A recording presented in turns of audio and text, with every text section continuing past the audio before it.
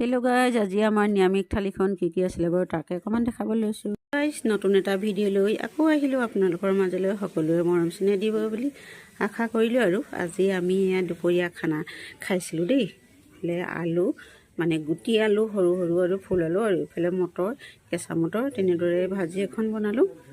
আৰু এইফালে চালাড এখন বনালোঁ। এইফালে চালাড, বিট, বিলাহী, গাজৰ, তিয়ঁহ, ধনিয়া, এনেদৰে এখন বনালোঁ। আজি মানে আমাৰ ভাতৰ থালিখন নিৰামিষ হয়, গতিকে নিৰামিষত একেবাৰতে আইটেম আছিলে। আৰু এইফালে দালি বনালোঁ এখন, দালি দেখিছে। আৰু এইফালে আছে আলু পিটিকা। পিটিকাটো খাই কোনে কোনে ভাল পায় জনাবচোন। আলু পিটিকাৰ লগত দিলোঁ আলু, বিলাহী, ধনিয়া, জলকীয়া, পিঁয়াজ, মিঠাতেল অকণমান দি দিলোঁ আৰু এখন আছে তৰকাৰী, আৰু সেইখনো কি তৰকাৰী বাৰু দেখাই আছোঁ আপোনালোকক। এইফালে তিতা কেৰেলা ভাজি দেই। তিতা কেৰেলা আৰু সৰু আলু ফ্ৰাই কৰিছিলোঁ। এনেদৰে এখন ইমান আছিল আৰু আজি আমাৰ দুপৰীয়া খানা।